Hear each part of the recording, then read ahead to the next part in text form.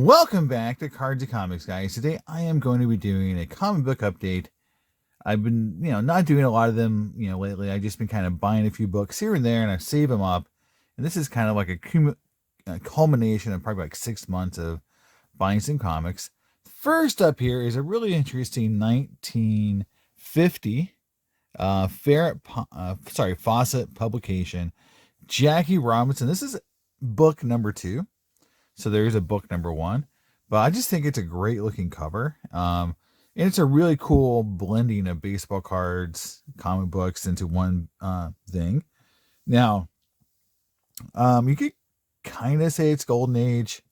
It's kind of like in that, crossing over into the Silver Age, but definitely I think still Golden Age from the time period it's in, but it just looks really cool. I like the fact it's a real actual image, and some of these sports comic books, they use like a cartoon or a drawn image, and just having the actual image of Jackie on the cover here looks really cool. And now, from a cost perspective, these books are not as expensive as you would think, and if you're a big time Jackie Robinson fan, picking up these 2 issues, I think there's just 2 in the set, won't set you back a ton of money, but they're also just a lot of fun, and they're great to display. Just really nice pieces to have if you're a big Jackie fan. And again, they are old. They're 74 years old now, and they are from the time period when he played.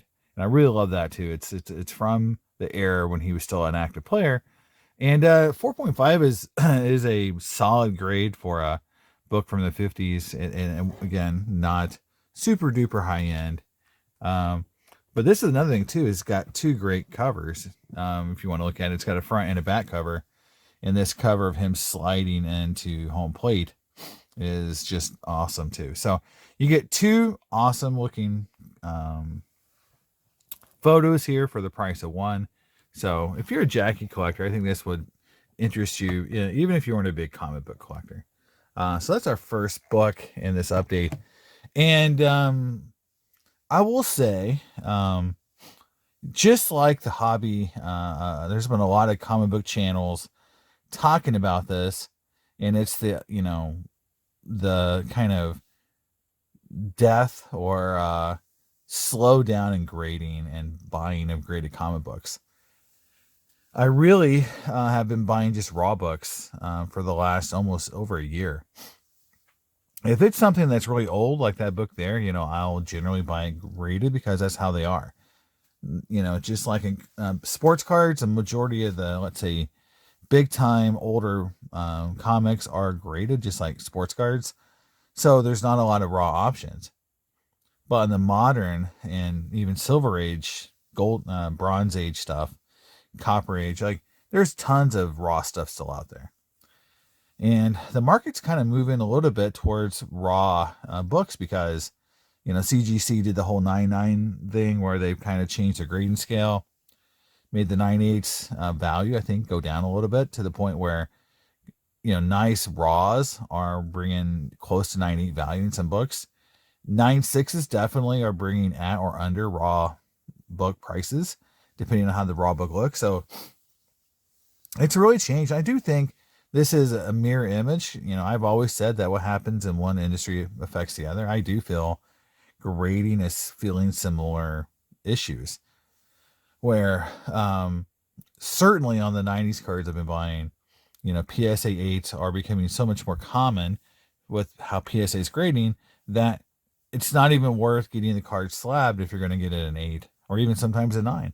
So a lot of people are just saying, I'm not going to invest tons and tons of money just to get an 8 or 9 and have no real impact on my final value. So there's some really interesting parallels going on. So back to the comics. I'll just kind of show them here. These are some books I picked up. A Newberry comic just opened up in my area in the Albany Mall. So I've been going there, and sometimes I buy books. They're in really rough shape, so you can't really expect to get really mint copies. But I just thought this is kind of nice. I mean, again, I'm a big Spider-Man fan, even though I don't show a ton of Spider-Man books. Spider-Man 2099 variant. This next one is really cool. I just love the characters. I'm a big Zatanna fan. You'll see that here in a few minutes. Um, I really like the character. She's got a new series that just started, or I think it's almost over now. I think it might be over now, called Bringing Down the House. So this was the Art Germ cover. There's the back cover. Again, this was just a raw book at Newberry Comics. So I like the Art Germ. Now I'll preface and say I like Art Germ sometimes. His style, and I believe it's all computer generated graphics. He sometimes makes the characters look like dolls, like Barbie dolls or something like that, and very plasticky looking. So when they're too much like that, I don't like it as much. And so he's hit or miss with me. He's not like my favorite artist, even though he's done some really great work, but it's just like he's a little hit and miss. Here is Marvel X-Men 97, again, on the back of that really cool cartoon series that just came out. This is the Scotty Young cover here, and it is big Marvels. Just cool. Scotty Young, X-Men 97. Fun book. And there you go. There's an ad for X-Men 97 on the back. Just a fun book to have. And again, Scotty Young he's the embodiment of fun when you talk about comic books. Next up is, again, I mentioned Art Germ. This is what I mean is he can do books like this. This is Art Germ. So we just saw him on the Zatanna book. This is his style that I like better, when it's not so plasticky, doll-looking like art. And so this is Storm. This is from, I think from her solo series. And this is a Virgin variant. I got it like some prices on the back, $15. Kind of like average you'd have to pay to kind of get a book like this. With comic books, one thing you have to really pay attention to is shipping cost. Especially if you're buying from another country, which happens a lot on eBay. You just have to kind of pay attention to. You might find the book cheaper cost-wise, but pay another $3 to $5 on shipping, and then it's the same price as buying from a domestic seller. With a little more expensive but cheaper shipping, and you get the book a lot faster. So there is that going on. And then another book I found at, again, that book came from Newberry Comics, and the last book I got from Newberry Comics is right here, Thundercats. It's going to be hard to show because of glare, but it's a foil Thundercats number 3 with Chitara. This is a David, I always say the name wrong, Nakayama. DNA cover there, Nakayama, and it's I like the cover. It's not selling for a ton. I bought it for $10. That's about what it goes for. It's not a super rare book, but it's just cool. I love foil. I'm a sucker. I'm a sports cards fan, so I am one of those that likes the variants. All right, next up, so pay attention to my playmat here, because probably my favorite, I'll say modern Copper Age. I don't know what age you want to give these books anymore. Those things are kind of weird now, the definitions. But so the mat I bought, a custom mat, is based on this comic book right here, and it is Action Comics 894. It's the first appearance of the character Death from Sandman in the modern DC universe, or just the DC universe in general.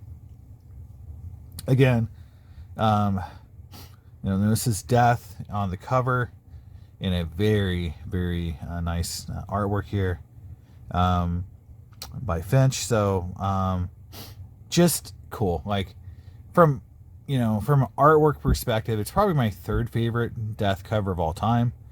But you add into the fact just like how cool it is, and the other two books that I think are I think High Cost of Living is probably number 2.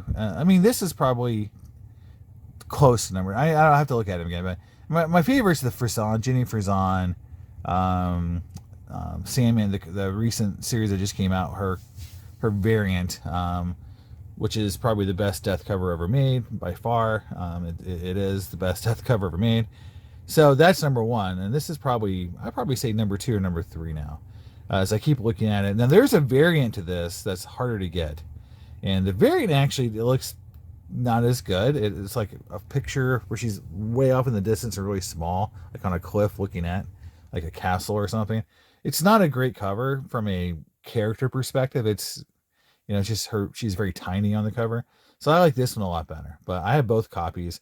I've been trying to get more copies of this book. I probably have now 5 copies, and it's a book I always look for at conventions. I found it sometimes in dollar bins, and right now it's going for about 20-25 bucks raw. And I've been trying to get a 9/8 copy for a long time as well. So getting more and more, just with the prices of comics going down and graded comics going down, I'm pretty sure I'll be able to get my 2/98s, both that cover and the variant cover at some point. Next up, I got a couple of Mac covers here from the Native American Indigenous Peoples Month covers. So this is Echo, I believe. And so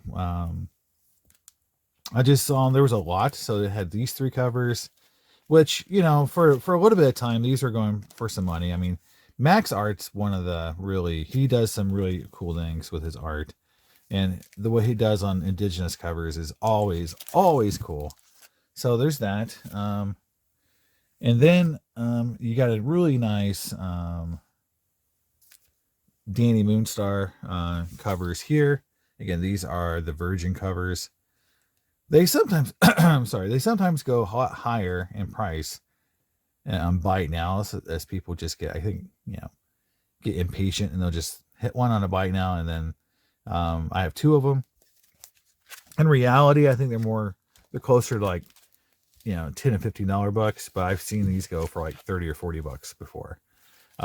These, Virgin cover. So again, these are from the Indigenous, Native American months or Indigenous Peoples Month, however you're going to call it. And then the last one here is just a normal cover. This isn't anything special in terms of rarity. This is just like the cover A, but I just wanted to grab it because I thought it was a cool, Maria Maria Wolf cover. It's like a $5 book, it's nothing special, but it's cool. It's like the cover price, it's $5. So there's some, again, I do have a Native American collection of comic books. I have a lot of Golden Age Native American books. They're pretty cheap, honestly, for the most part, because a lot of them are Western books. But I do have some like crossover. There's some really interesting, like Shazam. There's like a couple of Shazam books where he's wearing a headdress, or just like, kind of like crazy. I think I have a Popeye book where she's got olive oil's got a headdress on, just things like that. Just kind of fun. Books that I kind of think they're cool, just because it's like that time period, where how Native Americans are represented in media. It was interesting to me, and it's like, so it's like seeing all those different covers. Fire Hair is another great Western book that has a lot of Native American covers. So there's a book just called Indians, again. So a lot of cool books out there that do varying levels of Native American, let's say, representation. So it is what it is. I mean, I make no comment on just like, how war books are portrayed. It's just, it's like kind of a historical look at how the nation viewed those kind of characters back then. And it's to me, it's like one of those things when you look back, you can see sometimes the representation was amazingly good, and sometimes it was amazingly odd and weird or just bad, but it's just what it was. And it's kind of like going back and looking at that, and not forgetting, just to see it, Next up is some Poison Ivy books. So here's Poison Ivy number 23. And then I've got this, and I've got also the Virgin of it, the Virgin cover. Again, these aren't that special in terms of value. These are just kind of cool covers. I'm a big Poison Ivy collector. That's probably my main modern collecting now. It's kind of overtaking my Spider-Man collecting, just because honestly, Spider-Man's just got so many books and so many things coming out that it's easier for me to concentrate on a character like Poison Ivy, who got really popular with the Harley Ivy series on, or just the Harley Quinn series on HBO. And she's actually probably the best character in the whole series. If you watch that cartoon series, that's like, it's an amazing. See, I love the series, but it's like Poison Ivy in that series is the best character by far. And it's just like it has made people a lot of fans of her, and so she's became more popular. Her actual first appearances actually gone up in value, which is rare in this current environment of everything being so down. Next up is some Archie books from Dan Parent, um, and these are sold like, so they were sold at like, I think these came or were at San Diego Comic Con, is I think where they were first kind of brought out. But he did a special run of different covers with different characters in the Archie style, and these are our Poison Ivy and different foil versions that are numbered. So we'll start here with the number to 15, and he did sign these. They come with a certificate, but here is the number 15, and you can see really cool foil. It's like a speckled, I call this like the 98 Bowman best refractor or speckled pattern, and it's numbered to 15. It's right there. I don't know if I can see it. There you go, 10 to 15. And he autographed it up here. And then, these were, I think, during San Diego Comic Con, these were like on a Whatnot stream that he sold, and so I got the 15. Love that book. Next up is a metal. So that's a foil. This is a metal cover, numbered to 10. And it's got a really cool color pattern to it. You can see in my ring light there, it's got really cool. And it's metal. It's like you can hear it. It's a solid metal cover. It is numbered out of 10, 7 of 10. So, and again, just really cool. So yeah, I mean, and there were some good bidding. I mean, these weren't, even on eBay, some people have these, not this, I didn't see this one specifically, but there's different versions of this book, because again, they were different covers. There was a base cover, base foil, not numbered and all that, and people like them. Now the big one I got, so this was the one I spent probably too much money on, and in 5 years, nobody's going to remember it because it's just a book like that. But I did get the 101. So right there, see the 101. So this is the 101, like Super-Fractor pattern, Poison Ivy, Archie book here. And I just think it's really cool. It's autographed, and I like the fact that now you can get these books CGC graded with a autograph that wasn't witnessed, so it doesn't get the dreaded, what was it? Was it red label? No, it wasn't red label. What was the green label? So this is the Super-Fractor pattern. They obviously, know what's going on in sports cards, because whoever made the different cover designations with the 101 knew this is a Super-Fractor pattern, and the other one was kind of like the Bowman's Best pattern. So they know what's going on. So it's just cool to see it on a Poison Ivy. So I bought these 3 Poison Ivy books. They're limited runs, and I just think they're really unique. And as a Poison Ivy collector, they're just fun to have. I don't think, like I said, these are gimmick books. Everyone in the world is going to say, oh, they're gimmicks. Don't buy these kind of books. But as a collector of Poison Ivy, they are pretty limited. So it's just like having something fun that also crosses over into baseball cards. And then the fact that's a Super-Fractor pattern.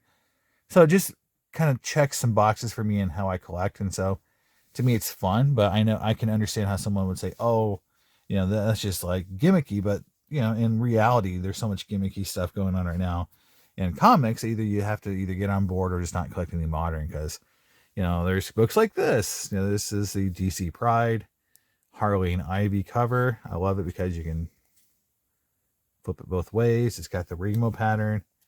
And it's Jim Bartel, which I'm a big fan. So, for me, Frizon, Bartel, and Mayer are some of my favorite comic book artists, along with, Hughes. I still like Hughes, like his modern art as well.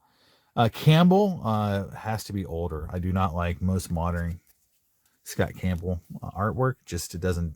It just feels like he's almost doing a homage to himself almost on all of his artwork.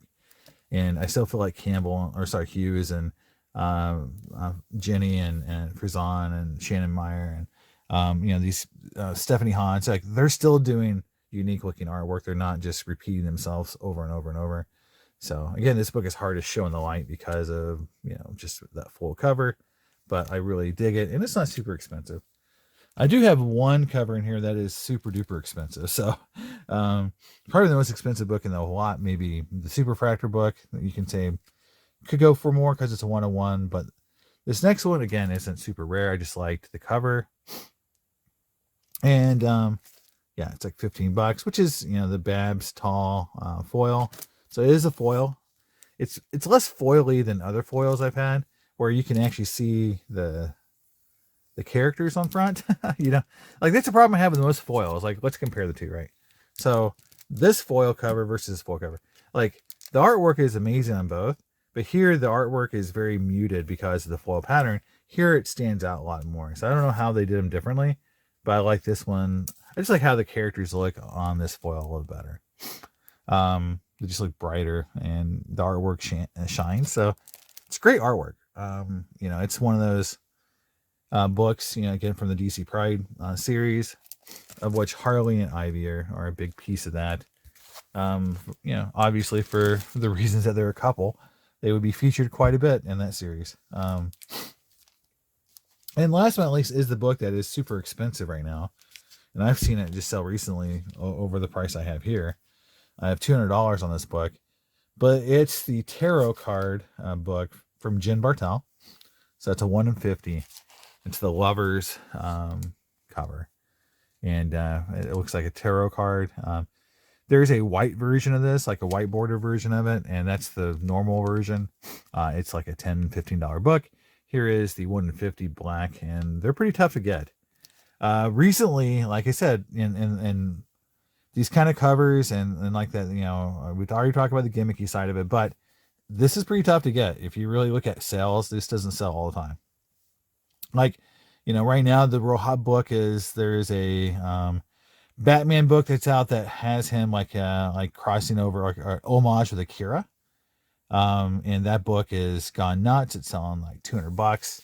So, $175, $200. But if you look at the number of sales, there's a lot of sales. Now I know it just came out. I think it came out as part of either New York Comic Con or whatever. But to me, it's like there's a lot of sales for that book that's to be super rare. So we'll see how it dies down, because that's kind of how it always goes. These books are released, and then there's a huge amount of sales, like huge, like 15 or 20 in the first 2 weeks or 3 weeks of that book being available. And then all of a sudden, it's like one every month or one every other month because the supply dries up. So this book's been out for a little while, and so I'm seeing the supply dry up. It's a great cover, and I think everyone wants the black because it's just how it stands out. So if you want this book, again, it's the 1 in 50 Bartel. I've seen it sell over $200 recently as well. So it's a banger. It's one of those books that, if you're into, some modern Ivy and variants, that's one that's hit the radar for a lot of folks. Just like that, the Akira homage cover on that Batman book. It's pretty high on everyone's radar right now. And again, just another another cool Ivy cover. Again, Batgirl number 52. So again, I love my Ivy books. A lot of Ivy books this time. Here's some other books. Wonder Woman this is number 750. So it's like an homage to the Golden Age Wonder Woman. Not a ton of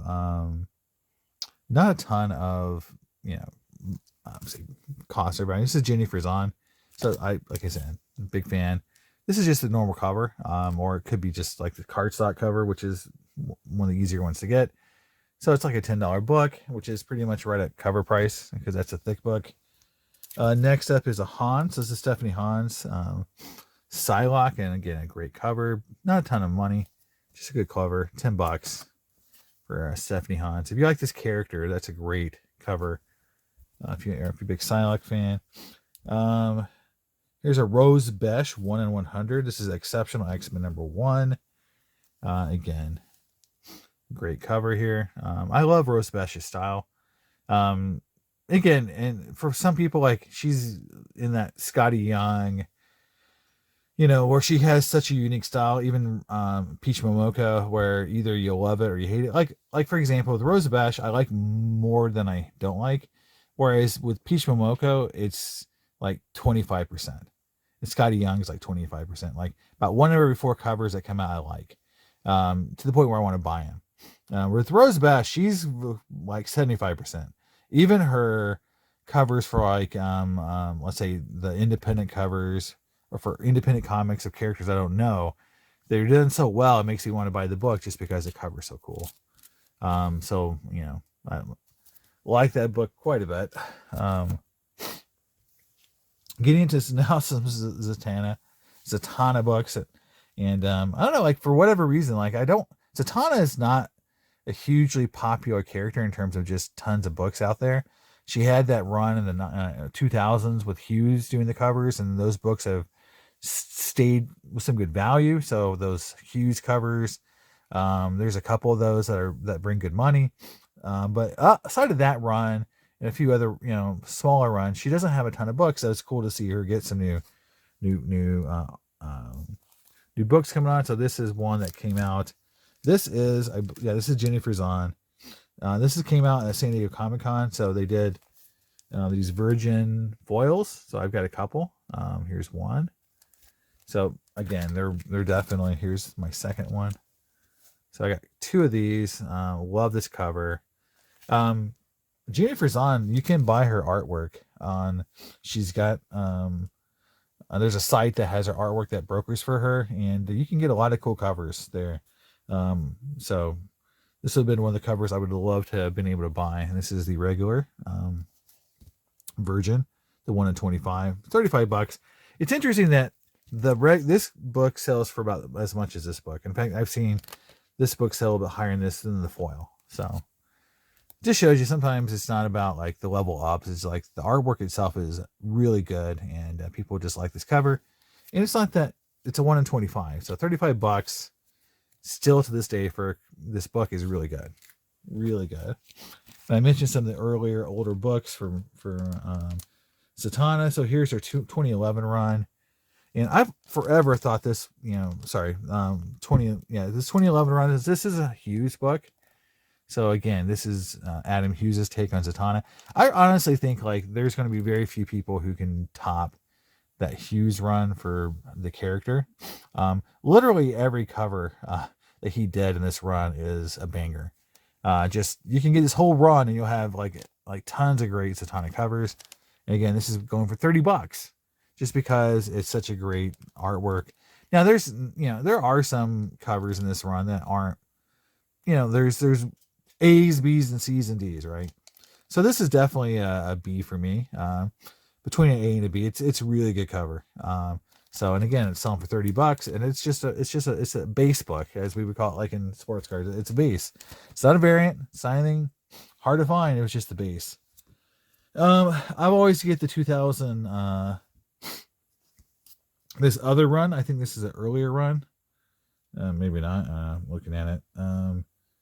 Oh yeah, it's 2000. So this is the prior run of Zatanna, and I look at this book and it's another Hughes book. It's not. This is actually Stephanie Rue, but it's a very, very similar to Adam Hughes style. So it's interesting that this is 2010 and this is 2011. So a very similar style. Hughes is really known for this kind of screaming mouth. Like on a lot of his women, he does this thing where they're like screaming or like they get their mouth open, and that is sort of like one of his trademarks. And so when I saw this cover, I'm like, oh, it's got to be Adam Hughes. It's got like a screaming like female cover. It's like his kind of one of his things. And it's just like J. Scott Campbell and the weird nose that thing he's got going on. Adam Hughes has this thing with like all of his women are screaming on the covers. It's not a huge book, $15. I mean, it is what it is, but it's a really good cover. And again, my goal eventually is to get both the 10 and 11 runs completed, and I have quite a few covers or books, sorry, from each of these runs. Um, so I pick them up whenever I get a shot. Here is again from 2010. So this is still from this run. Again, this is book number 2, and you can see this is definitely, you know, Stephanie Rue right here. Way different style. I mean, so it's interesting to me that, you know, like, it's $10 just because, you know, I think it's a little older now, and it's fairly still popular run, but like, yeah, like you can see like the Hughes influence over here. Over here, you know, she definitely doesn't look like a Hughes character.